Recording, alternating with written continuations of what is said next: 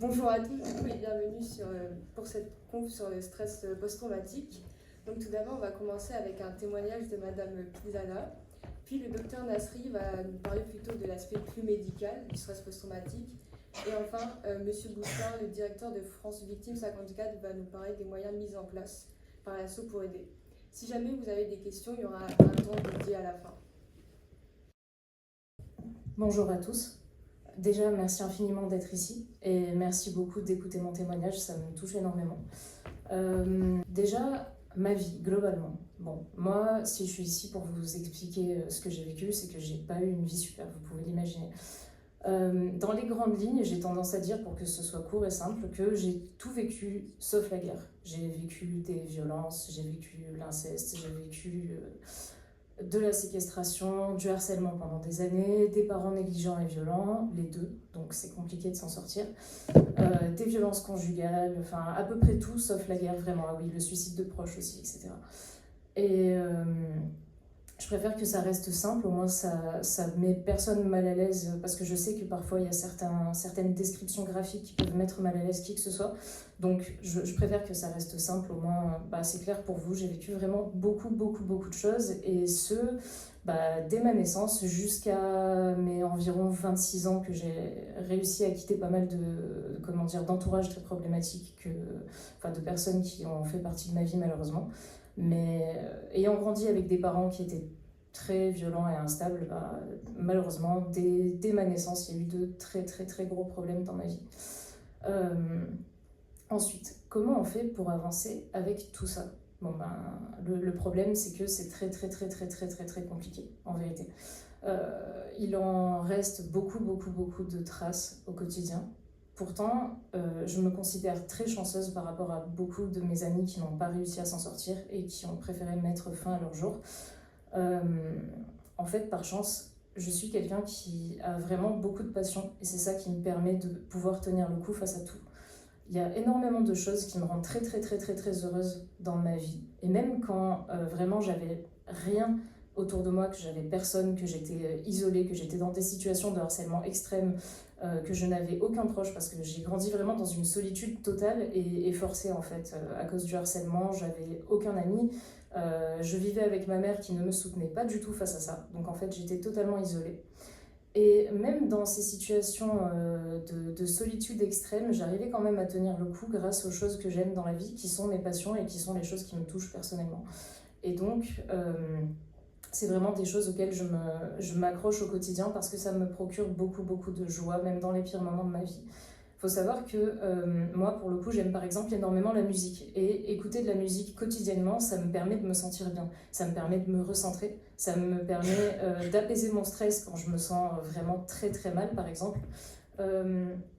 Ça peut me permettre aussi de me sentir plus présente, tout simplement, puisque malheureusement, avec tout ce que j'ai vécu, je dissocie énormément.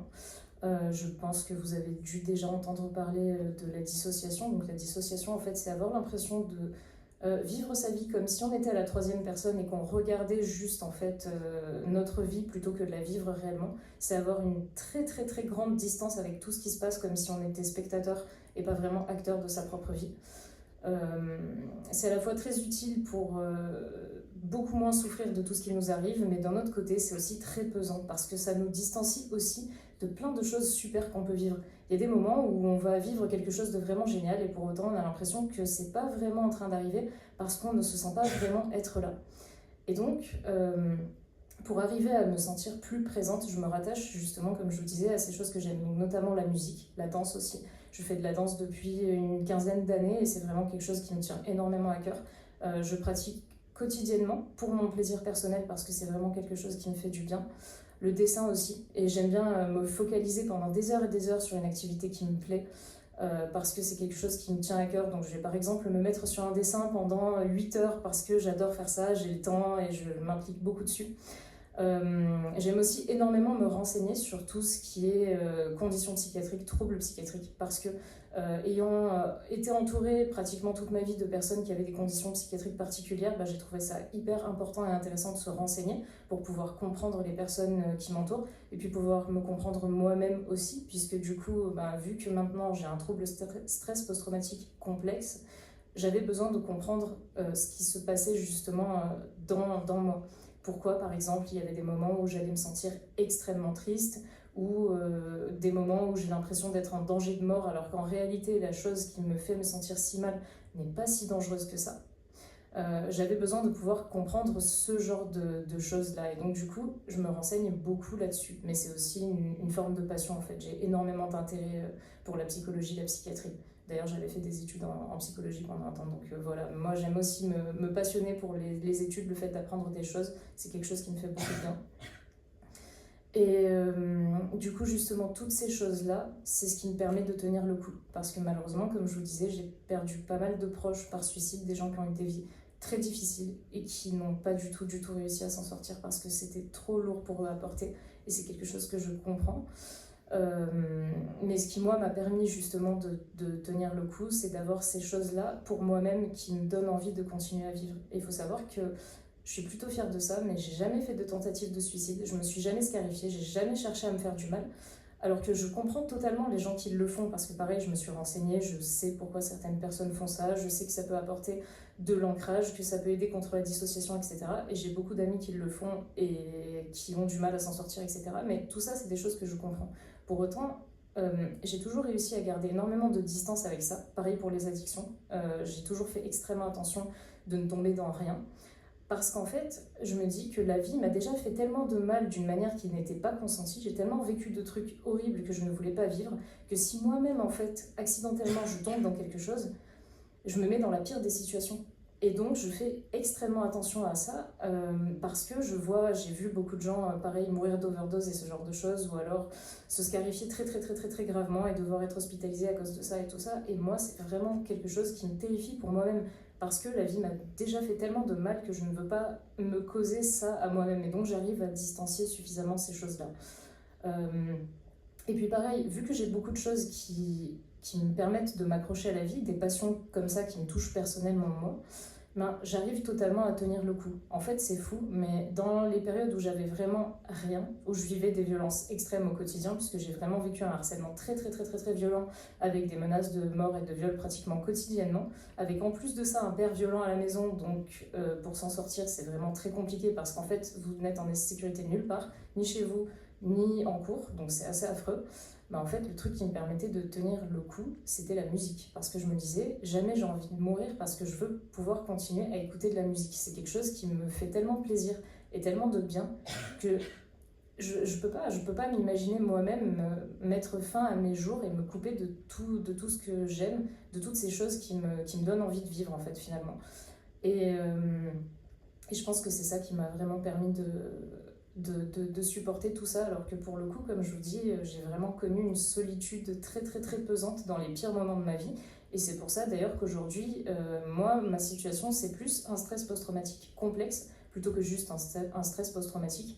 Là où le stress post-traumatique, en fait, c'est un traumatisme, enfin, c'est une réaction de stress liée à un traumatisme. Moi, des traumatismes, j'en ai plein. J'en ai eu plein en continu. Ce qui a créé du coup le stress post-traumatique complexe, qui est en fait une condition qui est très pesante à vivre, où par exemple on va avoir des flashbacks assez intenses et totalement incontrôlés, malheureusement, d'événements très violents qu'on a pu vivre. On peut ressentir de la terreur, et quand je vous dis de la terreur, c'est vous avez l'impression que vous allez mourir, et c'est pas mental, c'est pas quelque chose que vous allez théoriser, c'est vraiment physiologique. C'est une réaction de terreur aiguë, vraiment comme si quelque chose vous touchait et que vous étiez en danger de mort extrême, alors qu'en fait, peut-être que juste la personne en face de vous a dit le mot viol et ça vous a généré cet état-là, alors qu'en fait, vous n'êtes pas du tout en danger de mort. Vous avez juste l'impression que vous allez mourir, alors qu'en fait, il ne se passe rien. Ça, c'est quelque chose qui est très difficile à vivre et je me retrouve malheureusement avec ça. Des cauchemars. J'ai fait des cauchemars très violents et graphiques pendant des années, en continu, toutes les nuits. Des trucs vraiment horribles, tout le temps. Et vraiment pendant des années, donc ça a été cauchemardesque. Pendant pas mal de temps, je dormais entre 3 et 4 heures par nuit. Et ça allait à peu près bien, mais j'arrivais juste pas à dormir à cause de ça. Une très forte peur des gens aussi, puisque du coup, quand on a l'habitude de voir que malheureusement énormément de personnes nous font du mal, ça crée une méfiance globale par rapport à l'humain aussi. Et je sais que chez certaines personnes, ça peut causer des troubles de la mémoire. Moi, pour le coup, j'ai eu de la chance là-dessus, je suis hypermnésique. Donc malheureusement, je me rappelle de tout, mais je sais que chez certaines personnes, ça peut causer ça. Et puis, bien sûr, la dissociation. Et ça, c'est vraiment le truc qui est le plus présent dans ma vie. Et je pense que c'est aussi quelque chose qui m'a énormément permis de tenir le coup, même si c'est un mécanisme de défense qui, a priori, ne devrait pas faire partie de ma vie si j'avais eu une belle vie. Mais je dissocie énormément, je dissocie vraiment beaucoup et je pense que c'est quelque chose qui est là parce que j'en ai encore besoin. Mais c'est un travail quotidien justement de se battre contre ça. Et donc du coup, la particularité de tout ça, c'est que je me sens quand même très en décalage avec la majorité des gens parce que je connais plein de monde qui n'ont pas du tout à vivre avec ces symptômes-là au quotidien. Et donc, c'est quelque chose dont je ne suis pas fière, je ne suis pas du tout heureuse de devoir vivre avec tout ça. Donc par rapport à l'entourage, c'est quelque chose de plutôt compliqué. Parce que je sais que tout le monde n'est pas forcément enclin à comprendre ce qui se passe, à comprendre comment quelqu'un peut ressentir de tels états de terreur extrême en étant juste exposé à des trucs qui peuvent paraître totalement insignifiants pour d'autres personnes. Et donc, ça peut être vraiment quelque chose de lourd à vivre pour moi par rapport à mes proches, parce que j'ai toujours peur justement d'être un poids. Et donc, justement, pour essayer d'atténuer ça, j'explique énormément. Je passe beaucoup de temps à expliquer à mes proches ce que je ressens, ce qui se passe, pourquoi j'ai ça, le fait que ce n'est pas quelque chose de contrôlé et que j'essaye vraiment de ne pas en fait être un poids avec ces réactions-là qui peuvent être extrêmes, ces réactions de détresse vraiment qui peuvent être déstabilisantes pour l'entourage. Et aussi ce que je fais pour moi, c'est que je m'entoure de personnes qui sont capables de comprendre. Parce que parfois, certaines personnes ne peuvent pas du tout comprendre ce que vous traversez et malheureusement, ça peut être plus lourd qu'autre chose parce que vous essayez de maintenir un lien avec une personne qui ne comprend pas, qui n'arrive vraiment pas à comprendre ce que vous traversez, ce que vous vivez. Et ça peut être vraiment dévastateur pour soi-même en fait, parce qu'on essaye de s'en sortir, on essaye d'avancer, mais si la personne en face ne comprend pas du tout et ne fait pas l'effort pour comprendre ou ne peut pas comprendre, parfois il vaut mieux s'éloigner de certaines personnes. Donc à ce jour, j'ai un entourage très qualitatif de très peu de personnes, mais je sais que ce sont des personnes extraordinaires qui sont compréhensives, qui ont de l'empathie, qui ont une très grande intelligence émotionnelle et sociale, et donc du coup, ce sont des personnes qui arrivent à m'accepter comme je suis, avec ma condition et avec tout le travail et les efforts que je fais au quotidien pour arriver justement à avancer avec cette condition-là de trouble stress post-traumatique. Et je pense qu'un conseil principal et vraiment majeur qu'on peut se donner quand on vit ça, c'est qu'il faut arriver à être patient avec soi-même. Parce qu'en fait, on n'a pas du tout choisi d'avoir cette vie-là. C'est pas un choix. On ne choisit pas d'avoir un stress post-traumatique ou un trouble de stress post-traumatique complexe. C'est quelque chose qu'on subit malheureusement. Et donc, si on commence à être en plus nous-mêmes notre propre bourreau, à nous juger et à avoir un regard très négatif sur nous-mêmes par rapport à ça, alors qu'on n'a pas du tout choisi d'avoir cette condition-là, c'est encore pire. Donc du coup, il faut vraiment arriver à être patient avec soi-même et se dire, bon, je vois que c'est difficile, il y a des jours qui sont vraiment très durs. Il y a des réactions qui peuvent être vraiment extrêmes et qu'on ne voudrait pas avoir. Mais il faut justement arriver à se dire, bon, j'en suis là pour des raisons que je n'ai pas choisies et pour une vie que je n'ai pas forcément voulu avoir. J'avance petit à petit, j'ai le soutien qu'il faut, je fais ce qu'il faut pour que ça aille et à un moment donné, ça ira mieux. En tout cas, le soutien, quand on a un soutien adapté, ça change vraiment énormément de choses. Moi, il m'a fallu énormément de temps pour avoir le soutien adapté parce qu'il faut savoir que tout le monde n'est pas formé à l'accompagnement de personnes qui ont vécu des traumatismes graves. Mais quand on arrive justement à avoir ce suivi et ce véritable soutien où on se sent justement compris et soutenu dans cette condition-là, ça change énormément de choses. Et je pense du coup que c'est vraiment essentiel de permettre aux personnes qui ont vécu des choses aussi graves d'avoir une vraie écoute, une vraie compréhension, un vrai soutien, là où en fait ces personnes auparavant ne l'ont jamais eu. Le jour où vous avez une personne qui vous écoute et qui vous dit « oui, je vois que c'est grave, oui, je comprends », sans forcément besoin que ce soit un grand discours, mais juste quelqu'un qui valide et qui vous dit « oui, c'est grave, non, ça n'aurait pas dû arriver, non, ce n'est pas normal ». Franchement, ça change énormément de choses. C'est extrêmement important. Et voilà, après j'aurais des millions de choses à dire et je sais que je pourrais parler pendant 8 heures sans problème, mais je vais laisser la place à Monsieur Nasri qui aura aussi plein de choses très intéressantes à vous expliquer. Voilà, en tout cas, merci infiniment de m'avoir écouté.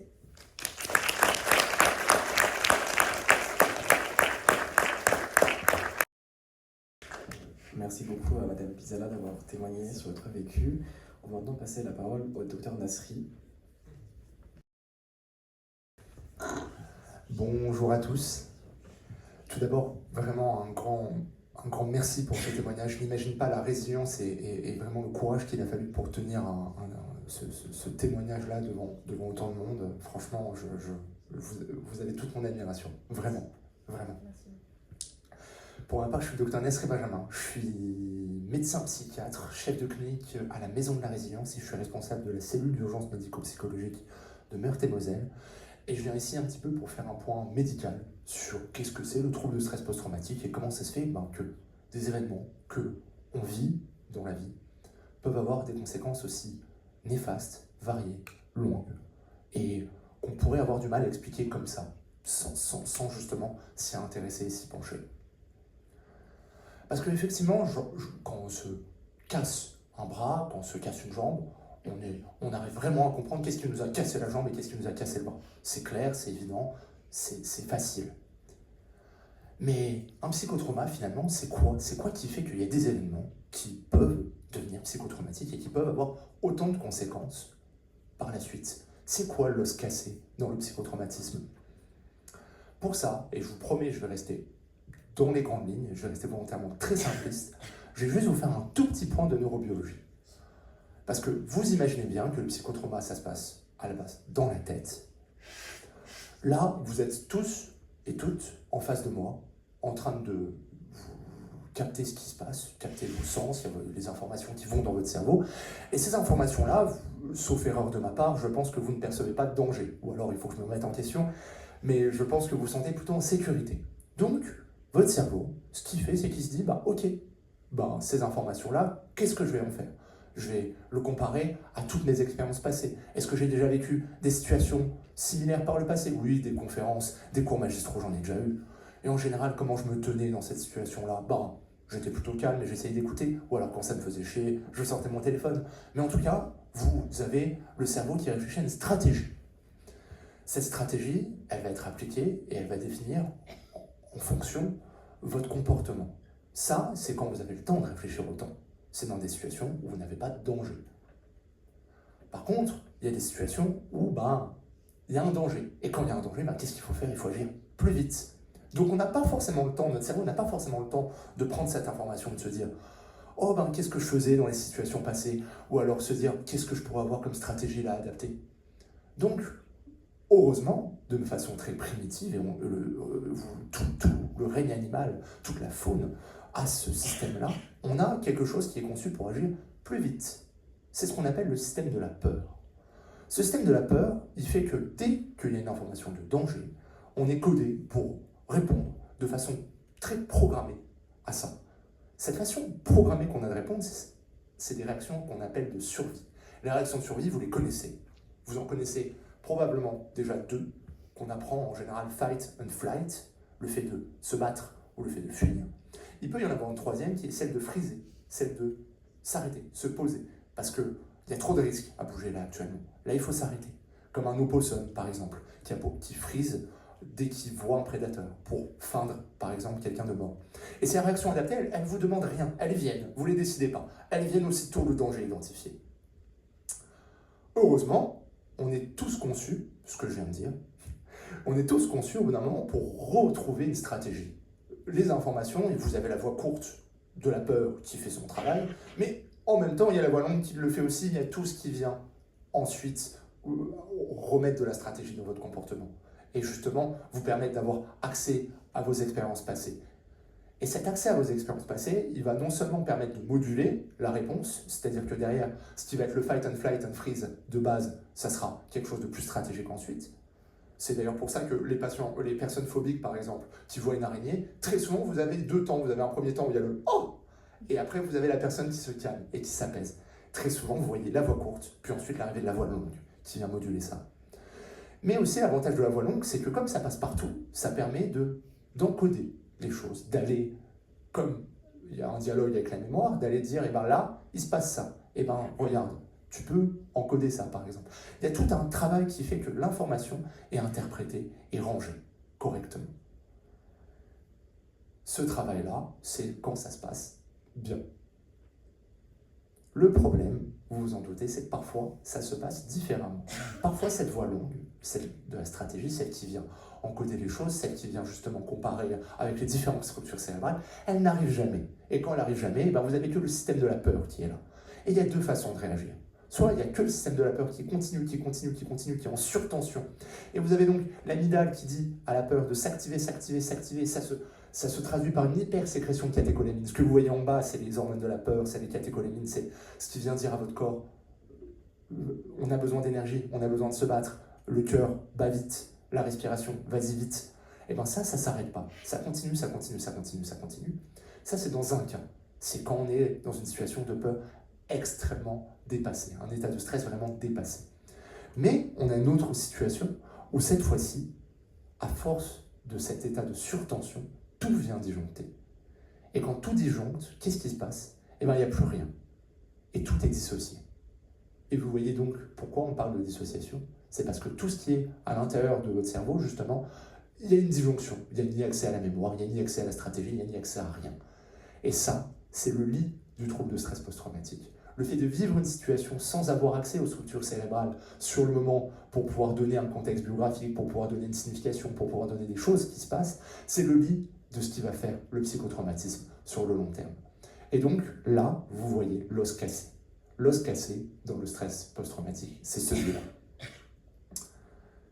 Et donc, on pourrait se dire, et je vais vous proposer un petit vrai ou faux, que tout événement stressant est un événement psychotraumatique. Eh bien, comme je l'ai entendu, non. Effectivement, il y a des événements qui vont juste activer la voie de la peur, et la voie courte que je vous ai montrée, et ensuite la voie longue va venir, et donc tout ira bien. Ce qu'on considère, nous, de notre côté, comme des événements psychotraumatiques, la définition, mais qui se veut extrêmement vaste, c'est tout ce qui va être relatif à des expositions à la mort ou à des violences. Donc c'est très très vaste, mais attention, on parle d'événements potentiellement psychotraumatiques, parce que une exposition à la mort ou à des violences ne veut pas forcément dire forcément psychotraumatisme derrière. S'il ne se passe pas ce que je vous ai présenté plus tôt, tout va bien. Par ailleurs, par contre, il est possible qu'un psychotraumatisme se fasse sur le long terme. Pour vous citer quelques exemples, il y a effectivement tout ce qui va toucher la vie personnelle, comme les violences psychiques, physiques et sexuelles, tout ce qui est négligence, tout ce que vous avez très bien décrit, Madame Pizzala, et aussi les événements comme les accidents de la route, comme les catastrophes naturelles. C'est qu'une toute petite partie de tout ce qui existe. Aussi, autre vrai ou faux, est-ce qu'à votre avis, on peut être psychotraumatisé si on n'a pas directement été touché? Oui. Eh bien, effectivement, oui, tout à fait. On peut tout à fait être psychotraumatisé, même si on n'a pas directement été touché par l'événement. Effectivement, il y a ce qu'on appelle les psychotraumatismes directs, où là, cette fois-ci, c'est nous qui avons été agressés, c'est nous qui avons eu l'accident, c'est nous qui avons été victimes de la maladie, c'est nous qui avons subi les maltraitances. Mais ça peut aussi être quelque chose qui a touché l'un de nos proches, un décès brutal, on a assisté à un décès brutal, on a assisté à une scène violente, on nous a raconté une scène violente, à tel point que même les soignants peuvent avoir des psychotraumatismes, ce qu'on appelle par exemple le traumatisme vicariant. À force d'entendre des histoires difficiles, on est nous-mêmes psychotraumatisés. Est-ce que un psychotrauma, c'est forcément un événement, comme je le décris là aussitôt, un événement soudain et bref, genre pouf? Non. Eh bien, effectivement, non. On a, comme vous l'avez aussi très bien décrit, des événements uniques qui peuvent, comme un accident de la route, faire toute une symptomatologie psychotraumatique. On y reviendra. Ça peut être aussi des événements répétés, vivre plusieurs agressions sexuelles tout au long de sa vie, par des agresseurs différents. Et on peut aussi avoir des événements sur une période donnée, sur une période de vie. Il n'y a pas forcément de début et de fin. Et le fait d'avoir vécu un événement unique, ou plusieurs événements, ou un événement prolongé, ça va largement changer la symptomatologie. Et vous l'avez très justement dit, c'est à ce moment-là qu'on parle de traumatisme simple, quand c'est un événement unique, même si le mot simple est, attention, très très mal choisi, il n'est pas de moi, mais il est très très mal choisi parce que ça ne signifie rien de simple, hein, c'est une réelle souffrance. Mais on a aussi des psychotraumatismes complexes. J'y reviendrai sur les différences cliniques, juste après. Autre idée reçue qu'on peut avoir, c'est qu'un délit, vous savez, dans la loi, il y a des infractions, il y a les délits, il y a les crimes. Est-ce qu'un délit, c'est forcément plus psychotraumatique qu'un crime? Est-ce que, par exemple, un attouchement, c'est forcément moins psychotraumatique qu'un viol, par exemple? Ben non. Eh bien, effectivement, Donc c'est vrai, un délit peut être plus psychotraumatique qu'un crime. Parce que on peut se dire naïvement que c'est la nature de l'événement, et exclusivement la nature, qui va faire le psychotraumatisme. Mais non, c'est pas du tout ça. Enfin, pas exclusivement ça. C'est tout ce que vous allez avoir autour du psychotraumatisme qui va jouer énormément sur le potentiel psychotraumatique d'un événement. Le fait de ne pas être cru lorsqu'on dépose plainte, pas être cru par votre entourage, pas être cru tout court. Le fait d'avoir un événement où il y a clairement une intention de nuire, ce qui fait que souvent les agressions sexuelles sont beaucoup plus psychotraumatiques que les accidents de la route, par exemple. Ça va être aussi votre histoire, vos valeurs, à quel point elles ont été atteintes par ce qui vient de se vivre. Ça va être aussi l'absence de possibilité d'action. C'est pour ça que la soumission chimique ou est une circonstance extrêmement aggravante dans le psychotraumatisme. Le sentiment de responsabilité, de culpabilité qui vous est donné. Tu n'avais qu'à t'habiller autrement, tu n'avais pas qu'à consommer de l'alcool. Le regard de la société et le manque de considération donné. Les séquelles et l'absence de soutien. Tout ça, c'est des choses qui vont constituer des facteurs de risque de conversion en psychotraumatisme d'un événement, et c'est aussi des leviers pour nous d'empêcher les événements de devenir des psychotraumatismes. Grâce aux associations, grâce justement aux thérapeutes, vous avez vraiment la possibilité de changer les choses à ce niveau-là. C'est parce que je suis fragile que je passe pas à autre chose. Non, vous l'avez compris, le psychotraumatisme, c'est comme une jambe cassée. Si vous tombez de 10 mètres et que vous vous cassez la jambe, on va pas vous en vouloir, on va pas vous dire « fallait plus s'entraîner gros ». Non. Autant un traumatisme physique, vous le voyez, autant un traumatisme psychique, c'est pareil. C'est quelque chose de médical, c'est quelque chose sur lequel vous n'avez pas main mise, et la gravité que va avoir sur vous un événement psychotraumatique ne conditionne absolument pas d'une faiblesse ou quoi que ce soit. Du coup, à quoi ça ressemble un état de stress post-traumatique? Il y a plein de façons de se présenter. On va avoir tout ce qui va avoir attrait au syndrome de répétition. Le syndrome de répétition, quand on vit un événement psychotraumatique, c'est que parfois, plusieurs mois, plusieurs années après, on va avoir le sentiment que notre cerveau, c'est pas un souvenir qui est trop dans le passé, c'est bizarre. Il est un petit peu là, sur la table de salon, devant nous. Et on a beau faire notre vie, il est toujours devant nous en fait, même quand on fait autre chose. C'est pour ça qu'on va avoir tendance à avoir des souvenirs qui vont venir nous voir, même quand on fait autre chose, même quand on essaie de s'amuser, même quand on essaie de penser à autre chose. C'est pour ça qu'on va même avoir parfois pire que des souvenirs, parfois l'impression de revivre la situation, par le biais de flashback, par le fait même de reviviscence, où cette fois-ci on ne va même pas avoir conscience qu'on est vraiment dans l'événement. Et c'est aussi des choses qui peuvent venir la nuit, avec le biais de cauchemars. Vous allez aussi avoir tout ce qui va avoir trait au syndrome d'évitement. Forcément, on est conçu, là aussi, pour éviter ce qui nous fait du mal. Quand on a touché du feu la première fois, on s'est dit, purée, ça fait du mal le feu. Du coup, qu'est-ce qu'on fait? On ne touche plus le feu. L'évitement, c'est pareil. Vous avez vécu quelque chose d'extrêmement difficile, forcément, votre cerveau est conditionné pour ne plus avoir envie d'aller vers ce qui ressemble, ce qui vous ramène à cet événement-là. Ça peut être le fait d'être seul. Parce que être seul, très souvent, c'est penser. Penser à ce qui s'est passé, penser à ce qu'on aurait pu faire, penser à tout ça. Et donc ça peut être le fait d'éviter ses propres pensées, d'éviter ses flashbacks, d'éviter toutes ces intrusions qu'on a parlé plus tôt. Mais ça peut être aussi le fait d'éviter des situations, le fait d'éviter de sortir, le fait de se dire je vais éviter les relations, je vais éviter tout ce qui va me ramener à cette potentielle trahison que je ne veux plus revivre, à cette potentielle agression sexuelle que je ne veux plus revivre, à ce potentiel sentiment d'insécurité que, oh là là, pour rien au monde, je ne veux plus vivre. Un événement psychotraumatique, c'est aussi quelque chose qui va vraiment toucher votre façon de penser, d'autant plus dans les psychotraumatismes complexes. Prenons quelqu'un qui naît et qui grandit avec la conception qu'il arrive des choses bien aux gens bien et qu'il arrive des choses mauvaises aux gens mauvais. Il va lui arriver quelque chose de mal. Qu'est-ce qu'il va se dire? Deux options. Soit il va se dire, il m'est arrivé quelque chose de mal, donc c'est quelque chose de logique. Je méritais ce qui m'est arrivé. Dévalorisation, culpabilité. Je ne change pas ma croyance de départ, mais je l'adapte à ce qui est arrivé. Il m'est arrivé quelque chose de mauvais, donc je suis mauvais. Parce qu'il arrive des choses bien aux gens bien, et il arrive des choses mal aux gens mauvais. À l'inverse, il a une deuxième façon de réfléchir, potentielle, c'est de complètement remettre en question son système de croyance.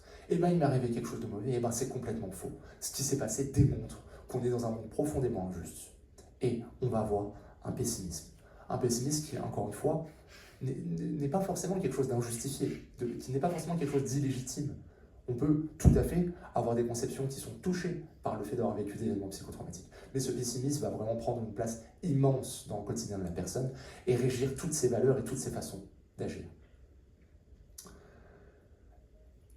Ce qu'on retrouve très souvent, et d'autant plus du fait des réactions dissociatives qu'on retrouve dans les traumatismes, du fait d'avoir cette disjonction et d'avoir ce freeze-là, on peut très souvent trouver le c'est ma faute. Se dire qu'on a un petit peu provoqué l'événement, que si on avait fait les choses différemment, il n'y aurait pas eu d'événement. Et ça ne se serait pas passé comme ça si on avait été différent. Tout ça, ça va impacter l'humeur. Et forcément, ça peut créer toute une symptomatologie dépressive. Un syndrome dépressif, une perte de plaisir dans les activités, des troubles du comportement alimentaire, et même, effectivement, vous l'avez évoqué, des idées suicidaires, et parfois des passages à l'acte suicidaire. Et enfin, autre symptôme cardinal dans le psychotraumatisme, ça va être l'altération de l'éveil et de la réactivité. Ça va tout ce qui va être attrait au fait d'avoir le sentiment que le stress n'est jamais redescendu et qu'on est toujours sur le qui-vive, qu'on est toujours irritable. Ça va être le sentiment d'être toujours alerte, comme si on devait être à l'affût, sur le qui-vive d'un moindre danger. Ça va être le fait d'avoir du mal à se concentrer, parce que justement, on a ce stress qui est toujours là. Et puis ça va aussi être des sursauts, une tendance à sursauter très facilement. L'interphone sonne, boum, hop, je saute, alors que je ne le faisais pas avant. Et tout ça, ça peut aussi être valable la nuit. Et ça peut conditionner votre corps à se dire que dormir c'est difficile, parce que tu es peut-être en danger, et donc ça peut créer des insomnies. Et tous ces symptômes, c'est ça le psychotraumatisme. Je reviens à cette diapo juste pour vous présenter quelque chose. Tout ça, c'est les symptômes cardinaux du psychotraumatisme, les symptômes les plus décrits. Mais il y en a énormément d'autres. On a beaucoup parlé avec Madame Pizzala de la dissociation. La dissociation, forcément, c'est quelque chose qu'on a tous. On est tous des personnes qui dissocient. Je vais prendre l'exemple de la voiture. Quand vous roulez d'un point A à un point B, très souvent, vous arrivez au point B, vous vous êtes même pas rendu compte que vous avez pris la voiture, vous n'êtes même pas rendu compte que vous avez laissé passer la mémé au feu rouge. Vous avez roulé sans vous poser la question. Vous étiez dissocié. Vous étiez dissocié pour vous permettre d'économiser de l'énergie, pour vous permettre de préparer la conférence que vous n'avez pas préparée sur la route, pour vous permettre de ne pas avoir toute votre énergie sur la conduite. Cette dissociation-là, elle peut se retrouver aussi dans les événements très difficiles pour vous protéger. Le problème, c'est que quand l'événement est très difficile et qu'il se répète plusieurs fois dans votre histoire de vie, au bout d'un moment, cette dissociation, elle devient tellement habituelle qu'elle ne s'arrête plus et qu'elle s'active, se désactive, parfois là où vous ne la demandez pas. Et ça peut donner dans des formes très variées, parfois des difficultés à se concentrer, des difficultés d'être dans l'ici et le maintenant, l'impression d'être toujours dans la lune, l'impression d'être toujours ailleurs. Parfois même, la dissociation, ça peut aussi toucher même des parties corporelles de votre corps. Typiquement, vous pouvez avoir même ce qu'on appelle des troubles neurofonctionnels, des déficits moteurs, des déficits sensitifs, des pertes de la vue, des pertes de l'audition, du fait de la dissociation, du fait d'avoir ces structures cérébrales qui, parfois, ont tendance à ne plus être connectées les unes d'entre elles. Ça, c'est pour vous donner une idée à quel point les troubles post-traumatiques peuvent avoir des conséquences extrêmement variées. Le trouble de stress post-traumatique qui fait l'objet de notre conférence aujourd'hui, c'est que la face émergée de l'iceberg. Il y a beaucoup d'autres choses. Je reviens à cette diapo-là pour vous dire que ce qu'on attend d'un psychotraumatisme, c'est que ça aille progressivement de mieux en mieux. Parfois, ça peut se faire dans une temporalité plutôt ok, plutôt ça va. Parfois, ça peut prendre beaucoup plus de temps. Heureusement, on a la possibilité de jouer sur ce temps-là, de faire en sorte que les choses prennent moins de temps, de faire en sorte que ce livre ouvert sur la table du salon qui vous ramène toujours au psychotraumatisme, il finisse par se ranger en allant vers lui, en essayant de bien comprendre ce qu'il y a dessus et en le rangeant dans la bibliothèque. Et ça a un nom, ça s'appelle la psychothérapie. On en a plusieurs types et ça dépend. Vous avez l'IMO, vous avez l'EMDR qui agissent bien sur les traumas simples et qui agissent aussi bien sur les traumas complexes quand on arrive à trouver une cible. Vous avez les thérapies d'exposition prolongée qui visent à effectivement retourner dans l'événement de façon suffisamment longtemps pour faire comprendre à votre cerveau que le danger n'est plus là.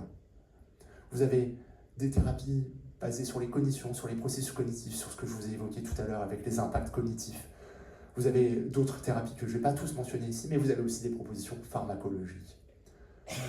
Traitement de fond, je vous rappelle, le trouble de stress post-traumatique, c'est la peur. La peur, c'est l'anxiété. Et comme tous les troubles anxieux, vous avez peut-être notion, vous avez la possibilité de mettre des antidépresseurs. Les antidépresseurs sont des molécules qui portent très mal leur nom. Elles agissent aussi bien sur la dépression que sur les troubles anxieux. Les ISRS, les inhibiteurs de la recapture de la sérotonine, sont par exemple un excellent traitement de fond sur les troubles de stress post-traumatique. Vous avez aussi des traitements symptomatologiques.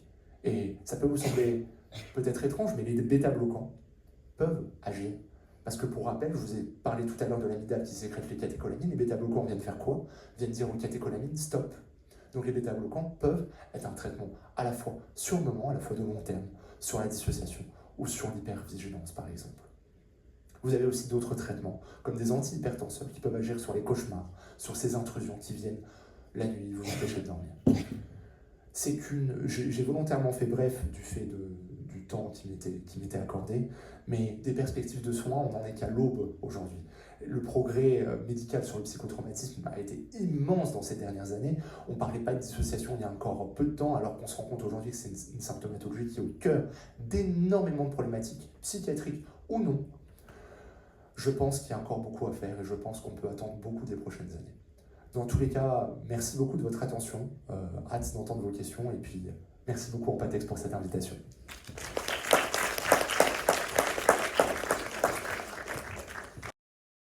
Merci beaucoup, Dr Nasri.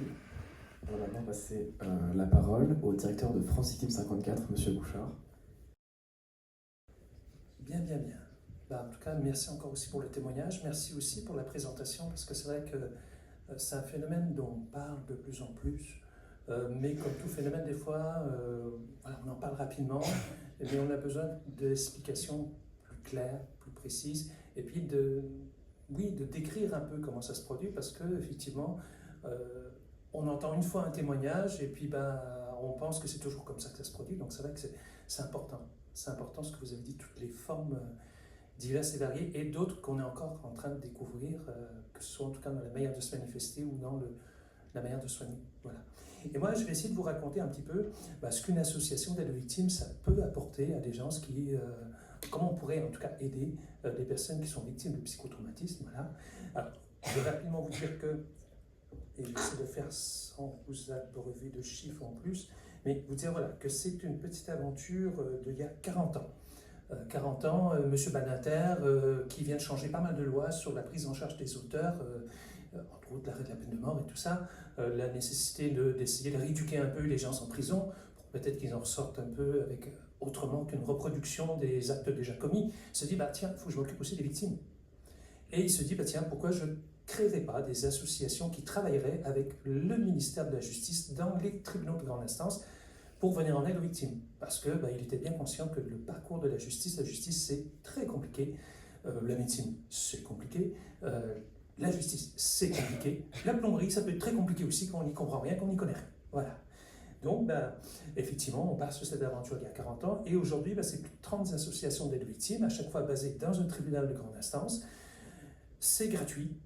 C'est vraiment l'idée, accueillir, écouter, informer et accompagner les personnes sur le plan juridique, psychologique et social, parce qu'effectivement, il n'y a pas que qu'est-ce qui va se passer si je porte plainte, il faut aussi se préoccuper des conséquences psychologiques de ce qu'a pu vivre la personne, et autant aussi des conséquences matérielles, par exemple aussi. L'escroquer à la carte bancaire, quand vous vide votre compte de 9 000 €, comment on paye la mutuelle le mois prochain, et si on ne la paye pas 2 fois, on n'a plus de mutuelle, et comment on refait quand on a 72 ans, parce qu'on avait réussi à avoir une mutuelle à peu près de 80 quelques euros, et là tout d'un coup on recommence à zéro, on va nous demander 150. Voilà, c'est aussi des fois l'escroquerie à la carte bancaire, ça a l'air tout simple, mais ça devient des fois une grande galère pour les gens.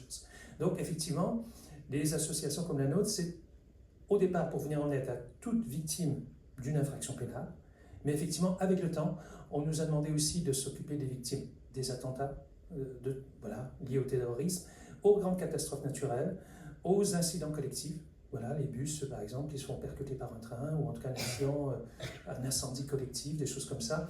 Voilà, on nous demande aujourd'hui d'essayer de nous mettre à disposition des victimes pour les aider à... Alors, on parle du parcours juridique, mais aussi des fois déjà prendre un peu en compte leur détresse, leurs difficultés, leur donner déjà les premières informations. Donc voilà, ça c'est aujourd'hui les missions de la plupart des associations de victimes que vous rencontrerez. La plupart c'est France Victime, mais ont d'autres noms aussi. Voilà. Mais sachez qu'en général, tribunal de grande instance, normalement égal, association d'aide aux victimes, pas trop loin. Voilà. Voilà, je vous ai raconté rapidement. Alors peut-être vous dire aussi, voilà, chez nous en tout cas à Nancy, on est 14 professionnels, 10 juristes, 2 psychologues, 2 assistantes sociales, et on a un 15e joueur qui est aussi Hubble, un chien d'assistance judiciaire. Alors c'est vrai que la médiation animale, dans le monde du handicap, ça faisait déjà 20 ans qu'ils utilisaient la médiation animale pour aider les personnes en situation de handicap à mieux vivre au quotidien. Et c'est vrai que dans la justice, c'est depuis à peu près 2019 qu'on s'est dit, nous aussi, il fallait qu'on s'y mette. Et je vous en parlerai un peu après, mais effectivement, la présence de Hubble à certains moments auprès de la victime, c'est vraiment très intéressant. Voilà, donc je vous ai dit toute infraction pénale. Alors c'est vrai que basé au sein du tribunal, mais parce que c'est vrai que ça aide aussi dans les relations qu'on peut avoir avec le parquet, avec les greffiers, pour essayer de savoir où en est la plainte, qu'est-ce qu'elle est devenue, quand est-ce que ce sera jugé, mais aussi, voilà, on a aussi des permanences un peu extérieures, donc sur le territoire de la métropole, dans les maisons de la justice et du droit, mais aussi sur certains territoires, sur le Toulois, le Nivillois, Pontam, Pompée, voilà, on essaie un petit peu d'être à l'extérieur pour être au plus près des gens. Voilà. Et c'est vrai que tout ça, ça ne se fait pas tout seul.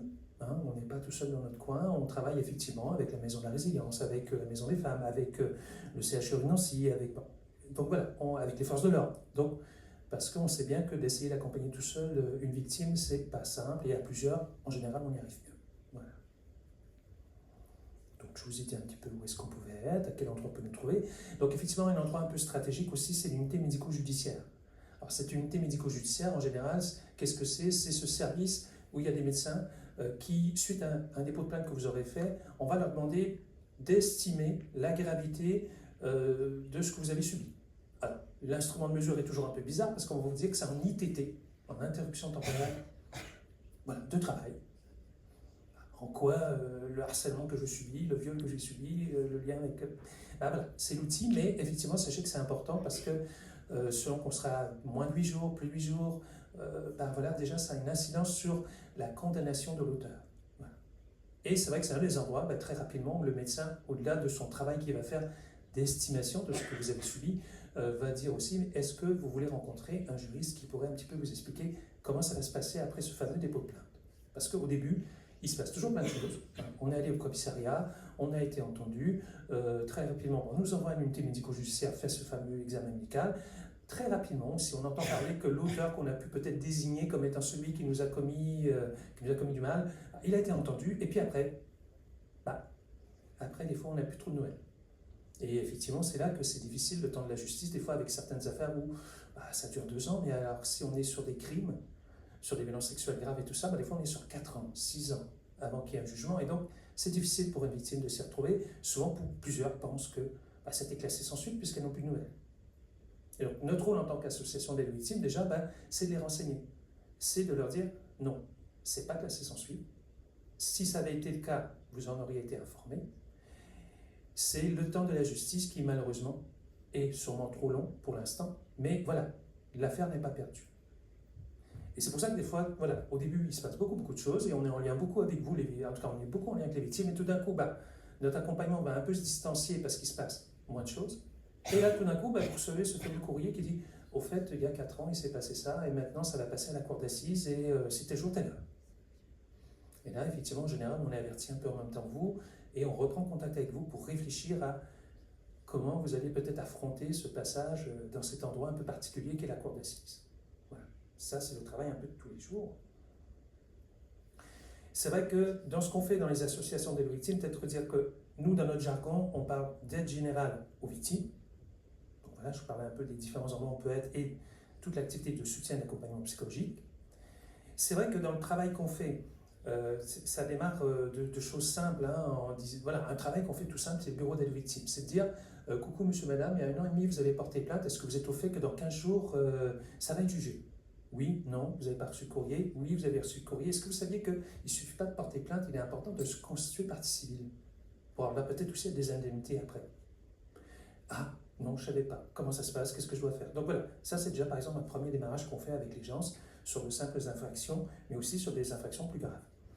C'est vrai qu'on participe aussi à des auditions à ce qu'on appelle la salle Mélanie pour les enfants mineurs, parce que effectivement on s'est aperçu que même pour des majeurs, faire répéter plusieurs fois à une victime ce qui lui est arrivé, c'est ajouter à son traumatisme, c'est ajouter à sa souffrance. Donc aujourd'hui par exemple pour les enfants mineurs, on les enregistre. Comme ça, on ne le fait qu'une fois. Mais ce qu'on fait encore mieux aujourd'hui en plus, c'est que pour les aider à s'exprimer, on arrive avec un chien d'assistance judiciaire qui va être présent pendant l'entretien et qui forcément, l'enfant va se sentir mieux. Ah, c'est vrai que le chien, que ce soit pour un enfant ou un adulte, il sert vraiment de boule anti-stress. Quelquefois, nous on se dit, oh, oui, oui, oui, oui, il va être fatigué, il va avoir mal. Mais non, il est dressé. C'est vraiment un animal formé, dressé pour ça. Et on s'aperçoit que la victime elle est en capacité de prendre la parole, de mieux expliquer ce qu'elle a ressenti, ce qu'elle a vécu. Donc ça, c'est important. Voilà. C'est vrai qu'on s'intéresse aussi à tout ce qui est les préventions des cyberviolences, du harcèlement. Donc effectivement, on fait par moment des interventions en lycée, en collège, près des publics de mission locale aussi, pour parler de ces questions-là, parce que je pense qu'on a tous été un peu dépassés par les réseaux sociaux. En tout cas, on n'imaginait pas, on nous a promis ça comme un univers formidable et sympathique, et non, il y a aussi de la violence sur ces endroits-là. Et ça peut prendre vraiment des formes très déroutantes pour les personnes. Voilà. Et c'est vrai qu'on prend un certain temps aussi à former d'autres partenaires à comment on accueille une victime. Qu'est-ce qu'il ne faut peut-être pas dire? Et effectivement, cette question de je vous crois. Je ne sais pas comment peut-être je vais pouvoir vous aider, parce que je ne suis pas spécialiste de ces choses-là, mais moi je vous crois, et puis on va chercher ensemble peut-être qui peut vraiment vous aider. Voilà, ça c'est important. On ne sait pas tous le dire au départ. C'est un peu comme les premiers secours. Si on ne nous apprend pas un peu qu'est-ce qu'on fait quand quelqu'un s'effondre par terre, on va peut-être être un peu comme une poule à la tête coupée et faire ce qu'il ne faut pas. Là, c'est un peu pareil. On essaie de faire pareil aussi aux collègues et dire, par exemple, ce que je dis souvent, c'est surtout ne pas dire pourquoi tu n'as pas fait ça, et pourquoi ceci, et pourquoi cela. Parce que je dis souvent, quand on est en train de faire ça, c'est qu'on est en plein plutôt de projeter nos peurs.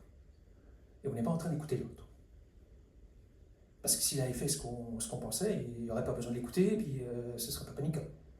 Voilà. Et donc, par exemple, on apprend à dire, ne démarrons pas sur le pourquoi ci, pourquoi ça. Parce que là, on est en train de faire du mal à une victime. Mais plutôt en lui disant, écoute, merci de me faire confiance, de me raconter ça, ça ne doit pas être simple. Et puis, effectivement, comme on n'est pas spécialiste de tout en général, c'est de dire, écoute, si tu es d'accord, moi je ne sais pas toi comment t'aider vraiment, mais je connais quelqu'un qui peut t'aider, est-ce que tu es d'accord que je t'accompagne, est-ce que tu veux que je t'aide, est-ce que tu veux que je te donne l'adresse? Voilà. Donc voilà, c'est ce qu'on essaie de faire en sensibilisation, et puis c'est un peu l'idée, en vous voyant aujourd'hui, de vous dire, voilà, il y a des choses à faire. Il y a des choses à faire, et surtout éviter le pourquoi tu n'as pas fait ci, pourquoi tu n'as pas fait ça. Voilà. Mais c'est humain, c'est naturel. C'est nos propres réflexes de défense, un peu aussi, de protection. Voilà, c'est vrai qu'une des grosses missions qu'on a aussi, c'est toute la question sur les violences conjugales. Je rappelle toujours 2019, Grenelle sur les violences conjugales, parce que trop de femmes victimes de féminicide, tout d'un coup, on se décide 43 mesures pour mieux faire les choses, dont toute la question des dispositifs de téléprotection. C'est vrai qu'à France Victime 54, comme d'autres France Victimes, on est un peu le partenaire privilégié du parquet pour gérer ces choses-là. Ce qui veut dire que c'est nous qui gérons les téléphones grave danger, les bracelets anti-rapprochement, qui faisons des évaluations à la demande du parquet, parce que, comme je raconte un peu comme ça, un peu de manière rigolote, mais c'est sincère et sérieux, quand les policiers interviennent à 22h45 parce que les voisins ont appelé, parce que ça tape fort, ça crie fort, voilà, ils vont arriver, ils vont intervenir, ils vont embarquer celui qui est en train de taper sur les autres, de faire peur à tout le monde. Ils vont poser quelques questions, mais ils ne vont pas commencer à 23h07 à faire une enquête psychosociale. Pour commencer à dire à la personne, mais est-ce que c'est la première fois, est-ce que ceci, est-ce que... Non, ils vont sécuriser les lieux, ils vont embarquer l'auteur, ils vont le mettre en garde à vue, et le lendemain matin, le procureur sur sa table, il s'est passé ça hier soir, à telle heure, on est intervenu, ce monsieur est en bas, au sous-sol, là, au chaud ou au frais, dépendant de la saison de l'année, au tribunal, et voilà, le procureur va dire, tiens, France Victime 54, appelez-moi vite cette victime et essayez de m'en dire plus, pour savoir comment, peut-être, je peux essayer de l'accompagner, de la protéger au mieux. Et c'est suite aussi à ce genre d'évaluation que le parquet pourra décider qu'il faut mettre en place un téléphone grave danger. Il faut dire, voilà, ce monsieur n'aura plus le droit d'approcher du domicile, il est exclu du domicile.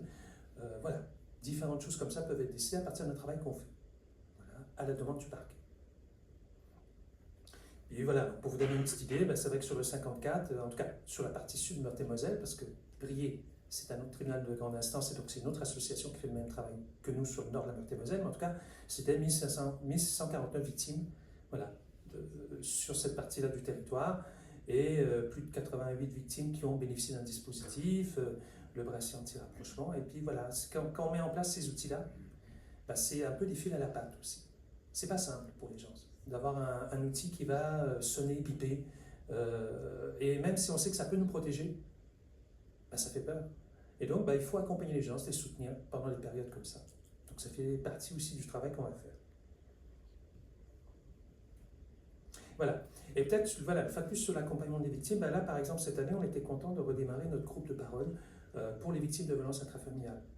Qui, même si après que ce soit passé au tribunal, il reste plein de choses à discuter, à dire, à échanger, elles se sentent encore seules. Donc, voilà, là, de cette année, on aura travaillé avec elles. Justement, un moment important, c'est l'accompagnement aux audiences par un professionnel et ou avec le chien d'accompagnement judiciaire. C'est vrai que de se retrouver à la cour d'assises, c'est vrai que de se retrouver en audition, aussi en commissariat, c'est effrayant, ça peut faire peur. Donc, quelque part, notre travail, c'est un petit peu aussi d'être présent près de la personne pour le faire. Voilà. C'est vrai que quelquefois, les personnes ont aussi des difficultés matérielles qui font que, allez hop, j'ai pu porter plainte dans mon commissariat de proximité dans le Mini-Villois, tout près de Baccarat, mais je suis obligé d'aller au CHU de Brabois pour faire mon examen à l'UMJ. Et puis, voilà, moi j'étais une femme qui vivait avec les enfants à la maison, avec mon conjoint qui m'a violenté, qui est parti avec la voiture. Je m'y rends comment, moi, à cette unité médico-judiciaire sur la butte de Brabois. Bon, il y a des trams qui fonctionnent, il y a des bus, il y a tout ce qu'on veut, mais j'ai des enfants aussi à récupérer à l'école, comment je gère? Voilà, ces questions matérielles-là aussi, c'est compliqué pour les victimes, donc on peut les aider sur des choses comme ça. C'est vrai que quelque chose dont on est assez content depuis 2 ans, c'est vraiment l'accompagnement lors du dépôt de plainte des victimes. C'est vrai que depuis quelques années, les policiers et les gendarmes se forment de plus en plus pour être capables de faire ce dépôt de plainte, mais c'est pas tout le monde dans une brigade qui est formée, dans un commissariat. Et aussi, nous, on a découvert que c'est bien de prendre rendez-vous pour le faire. Comme ça, on est mieux aussi, on est sûr d'avoir les policiers ou gendarmes qui sont formés avec nous pour nous entendre. Parce que, effectivement, la personne qui est de service ce jour-là à l'accueil, elle n'est peut-être pas nécessairement formée. Et on attend 3h30 pour voir quelqu'un qui n'est pas nécessairement formé à nous accueillir et à entendre ce qu'on a à raconter. Et donc, on ne se sent pas cru et donc on prend peur et on ne vient plus.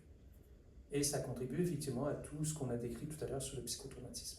Donc, le travail qu'on peut faire, nous, aujourd'hui, voilà, c'est d'accompagner ces victimes pour que ça se passe mieux.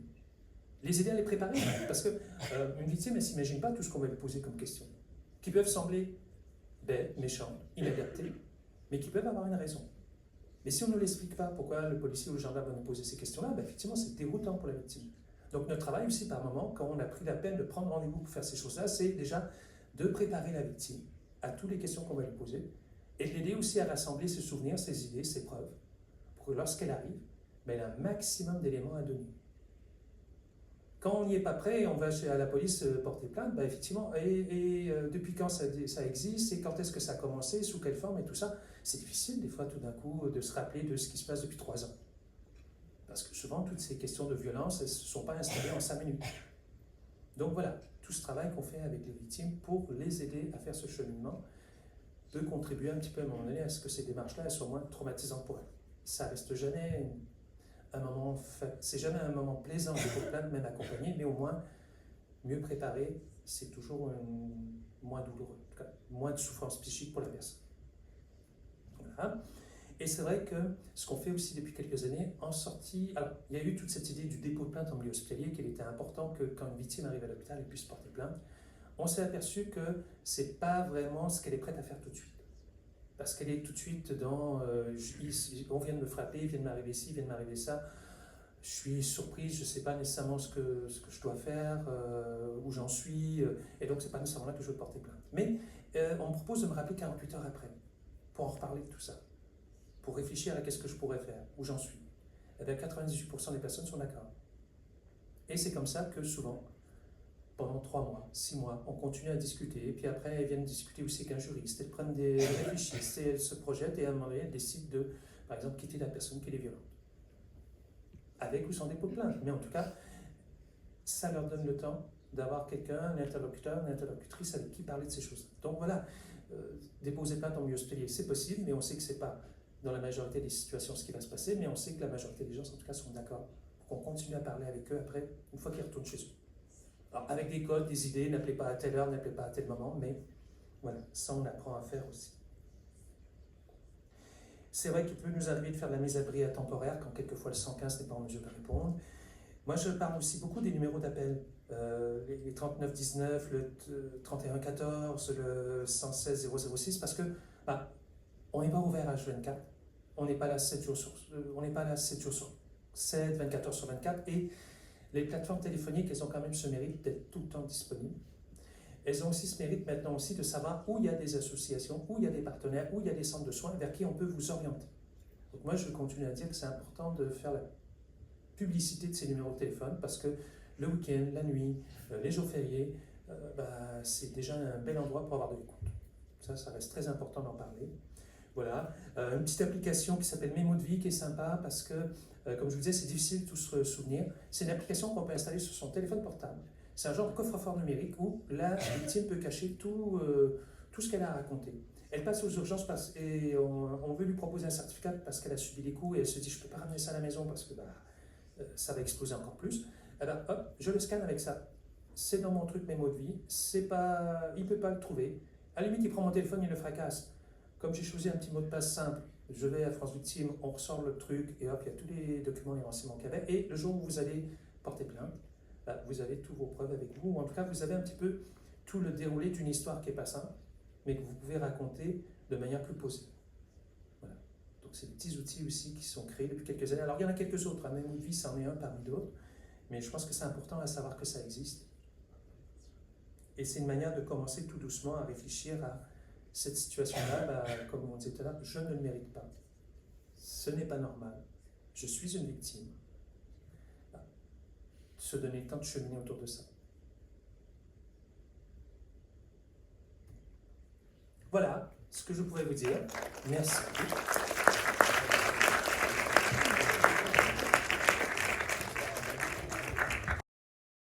Merci Monsieur Bouchard et merci à tous nos intervenants. Du coup, maintenant, si vous avez des questions. J'ai une petite question pour l'intervention du coup qu'il y a eu.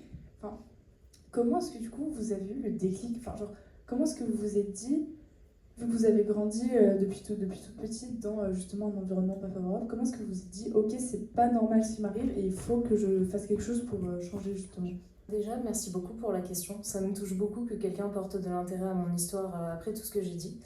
Et c'est particulier, mais en fait, je dirais que je me suis quand même rendu compte que c'était pas normal qu'il y ait autant de violence. Parce que j'allais quand même en cours, j'allais à l'école et tout ça, et je voyais des gens qui avaient l'air d'avoir des vies qui étaient mieux que moi. Et j'ai eu quelques amis proches quand j'étais vraiment très très petite avant le harcèlement, parce que mon harcèlement a commencé à 12 ans. Et donc ça m'arrivait de temps en temps d'aller chez mes meilleurs amis, par exemple, qui avaient des parents super, qui n'étaient pas violents ni rien, et je me disais, mais pourquoi chez moi, c'est pas comme chez eux? Et je voyais bien qu'il y avait un problème. De toute façon, même les violences qu'on vivait avec mon frère, elles étaient démesurées, c'était vraiment des trucs extrêmes. Et je me disais bien que c'était pas normal qu'à la maison ça crie tout le temps, qu'il y ait des coups, que ça pleure, c'était pas quelque chose de normal du tout. Et donc ça m'a paru vraiment évident qu'il y avait un gros problème. D'autant plus que j'ai vécu aussi très jeune des violences extérieures à la maison, puisqu'en fait, dans les grandes lignes, j'ai toujours été très expressive, même quand j'étais très jeune. Et donc, j'avais beaucoup d'intérêt pour le fait d'apprendre des choses. Et en fait, j'ai voulu aller à l'école très jeune. Et donc, j'ai été mise à l'école à 2 ans et demi au lieu de 3 ans et demi. Parce que j'avais vraiment envie d'apprendre et que je m'ennuyais énormément à la maison. Manque de chance, je suis tombée sur une instite qui était horrible et qui était hyper violente. Et en fait, vu que j'avais beaucoup de curiosité, que je posais tout le temps des questions et tout ça, en fait, elle était violente avec moi. Et donc, dès 2 ans et demi, j'ai commencé à être battue et séquestrée régulièrement, donc tous les jours. Parce qu'en fait, elle me supportait pas. Alors que pour le coup, j'étais pas quelqu'un de turbulent ni rien. C'est juste que je voulais apprendre des choses. Je demandais pourquoi on n'apprend pas à lire, pourquoi ça. Et elle supportait pas ça. Et donc, elle était vraiment très violente avec moi. Elle me mettait beaucoup de coups et en fait, elle m'enfermait régulièrement dans un placard, qui était un placard à balai qui était au fond d'une pièce dans l'école. Et du coup, ça c'est pareil, je voyais bien qu'il y avait un problème. Ça faisait peur aux autres enfants, ça faisait hurler et pleurer tout le monde. C'était sûr qu'il y avait quelque chose qui n'était pas normal. Et donc, ça peut paraître assez fou parce que j'étais vraiment très jeune, mais je me suis dit, ça, c'est pas quelque chose qui est censé arriver. Et c'est ce qui m'a permis justement de commencer à parler de certaines choses, etc. C'est de vraiment voir qu'il y avait quelque chose qui était pas normal. Merci, j'ai juste une deuxième question. Oui, aucun problème. Mais du coup, à qui vous en avez... Enfin, comment est-ce que vous avez réussi à en parler et à qui, vu que c'était assez compliqué? Et ben pour le coup, pour ce problème-là spécifiquement, parce que c'est vraiment au cas par cas, hein, ça dépend des problèmes, il y a beaucoup de trucs que ma famille ne sait pas du tout sur moi. Malheureusement, les gens avec qui j'ai grandi sont au courant d'1% de ma vie, si c'est pas moins, alors que j'ai vécu chez eux, c'est assez fou quand même. Mais en fait, là, pour cette situation-là, vu que c'était une école où il y avait 2 personnes qui travaillaient, j'en ai parlé au directeur, puisque c'était en fait l'instit de l'autre classe. Un jour, j'ai réussi à le voir, je lui ai expliqué, puis de toute façon, j'avais des traces physiques de sévices. Donc du coup, en fait, j'ai réussi à parler de ça, et puis ils ont convoqué mes parents. Et à partir de là, donc mes parents ont été mis au courant, etc. Et donc ça a pris des proportions énormes, puisque mon père était instable et violent. Donc du coup, il voulait fracasser la prof, mais bon... ça a été géré à peu près bien et après des années et des années d'attente, puisque comme on vous a expliqué, tout ce qui est juridique ça peut prendre énormément de temps, elle a eu l'interdiction formelle de faire ce métier-là ou de travailler avec des enfants et elle a perdu son travail. Ça a pris du temps mais ça a fonctionné. Voilà. Merci. Avec plaisir. Déjà, merci à vous 3 pour vos témoignages. C'est très important et je pense que ce type de conférence est importante à faire. J'avais une question pour vous aussi, madame. Déjà, comment vous allez maintenant? Et est-ce que vous avez des perspectives maintenant pour l'avenir? Est-ce que vous avez des projets, des envies, etc.? Merci beaucoup pour la question. Ça me touche beaucoup, c'est vraiment très gentil et je trouve ça vraiment super. Alors, comment je vais à ce jour? Je dirais que par rapport à la majorité des gens que je connais qui ont vécu beaucoup de trucs très graves, je pense que je vais bien. Je vais vraiment bien parce que j'ai beaucoup d'amis qui ont eu des vies très difficiles, qui sont tombés dans la drogue, qui ont vraiment du mal à s'en sortir, qui se scarifient énormément, qui font beaucoup de tentatives de suicide, qui sont très souvent hospitalisés en HP, parfois de plein gré, parfois de force, et qui sont du coup dans des cycles comme ça où c'est très compliqué. Moi, pour le coup, j'ai rien connu de tout ça. Donc, je dirais que je vais bien pour tout ce que j'ai vécu. Pour quelqu'un qui n'a pas vécu ce que j'ai vécu, je dirais que je vais très mal parce que, comme je vous ai dit, j'ai passé des années où je dormais entre 3 et 4 heures par nuit, pendant des années en continu. Hein. Je ne sais même pas comment mon corps a fait pour tenir le coup. Pourtant, ça allait quand même bien, j'étais pas particulièrement fatiguée ni rien. Mais ça a été ça quand même pendant très longtemps. Puis je ressens beaucoup de terreur et c'est quelque chose qui peut être très très dur à vivre. C'est quelque chose qui est très désagréable et que j'aimerais ne pas ressentir. Et c'est très difficile de vivre avec parce que vu que c'est une réaction physiologique, j'ai très peu de contrôle dessus. Et donc, parfois, quand on vit de la reviviscence de quelque chose et que c'est là, c'est très présent et qu'on peut rien y faire, c'est vraiment affreux. Donc, j'ai quand même des problèmes de ce type-là qui sont vraiment pesants. Pour autant, comme je le disais auparavant, vu que j'ai vraiment beaucoup de passion, j'arrive à aller globalement bien au quotidien, voire très bien, parce que j'ai vraiment des choses qui me maintiennent dans un état de joie vraiment extrême, parce que j'ai beaucoup de chance, je suis quelqu'un aussi de très joyeux, malgré tout ce que j'ai vécu. Et donc du coup, pour le coup, j'ai toujours eu des perspectives et des objectifs, ça c'est un truc duquel j'ai pas parlé, mais en fait, j'ai jamais décroché de rien, parce que vu que j'ai des passions, en fait, ça m'a toujours maintenu dans plein d'objectifs différents. Et comme je vous expliquais aussi tout à l'heure, j'ai une grosse passion pour tout ce qui est psychologie, psychiatrie, et j'étais à la base en études de psy, que j'ai arrêté parce que j'ai eu un souci avec mon prof de recherche. Voilà, ce sont des choses qui arrivent, mais j'avais énormément d'intérêt pour ça. Et pour le coup, je continue pratiquement quotidiennement à lire des recherches, des articles qui sortent. C'est un peu bizarre comme passion, mais j'adore ça. J'adore découvrir ce qu'on découvre par rapport à la psychiatrie, par rapport à plein de troubles. C'est fascinant. Et il y a plein de choses super intéressantes qui sortent tout le temps. Et je sais pas ce que je ferai avec ça. Peut-être qu'un jour j'irai en fac de médecine et que du coup je quitterai la fac de psy pour partir en médecine parce que la médecine c'est hyper intéressant. Après je ne l'ai pas encore fait parce que je me suis dit j'ai une vie très difficile pour aller me mettre en condition fac de médecine parce que c'est dur mentalement, je sais que c'est hyper dur. Et j'avais peur de ne pas réussir mentalement, mais c'est juste tellement intéressant que je me dis peut-être qu'un jour je ferai ça. Dans tous les cas, en fait, j'ai toujours fait plein de choses. J'ai été artiste à temps plein pendant 8 ans, je faisais de la photographie pendant que j'allais en fac de psy. Donc du coup, je faisais 2 trucs en même temps, c'était génial, j'étais à mon compte en plus.